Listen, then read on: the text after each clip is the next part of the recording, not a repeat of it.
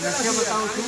Shuttle કાપવાનું કામ હાલ ચાલી રહ્યું છે। આ ત્રીજા માળની હું તમને દ્રશ્ય બતાવું છું, જ્યાં ફાયર દ્વારા આ રીતની કામગીરી કરવામાં આવી રહી છે અત્યારે હાલ, જેથી કરી અંદર કોઈ આગ હોય એ આગ નહીં વધારે પસરે તે માટે શટલ કાપી આગ ઓલવવાનું કામ કરવામાં આવી રહ્યું છે। અને બીજી તરફ પાણીનો માથો પણ સતત ચલાવવામાં આવી રહ્યો છે। ક્યાંક ને ક્યાંક ઉપર પીલા માળિયા બનાવવામાં આવ્યા હશે, એ આ લોખંડની એંગલો છે જેમાં માળિયા બનાવ્યા હશે, તે માળિયાની એંગલો પણ નીચે પડીને તૂટી ગઈ છે।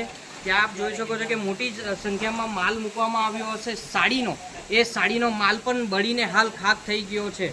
માળિયાના ઉપરના જે સ્લેબના પોપડા હોય એ પોપડા પડી ગયા છે, એંગલો બનાવવામાં આવી છે, આ એંગલના ઉપર બધો માલ મૂકવામાં આવ્યો હતો। આ અત્યારે હાલ સમગ્ર માલ બળીને ખાક થવા પામ્યો છે, જે આના ઉપરથી અભરાય છે। અભરાયના ઉપર જે માલ મૂકવામાં આવ્યો હતો તેના કારણે એક જગ્યાથી બીજી જગ્યા, બીજી જગ્યાથી ત્રીજી જગ્યા આગ પસરવાનું કારણ હાલ સામે આવ્યું છે।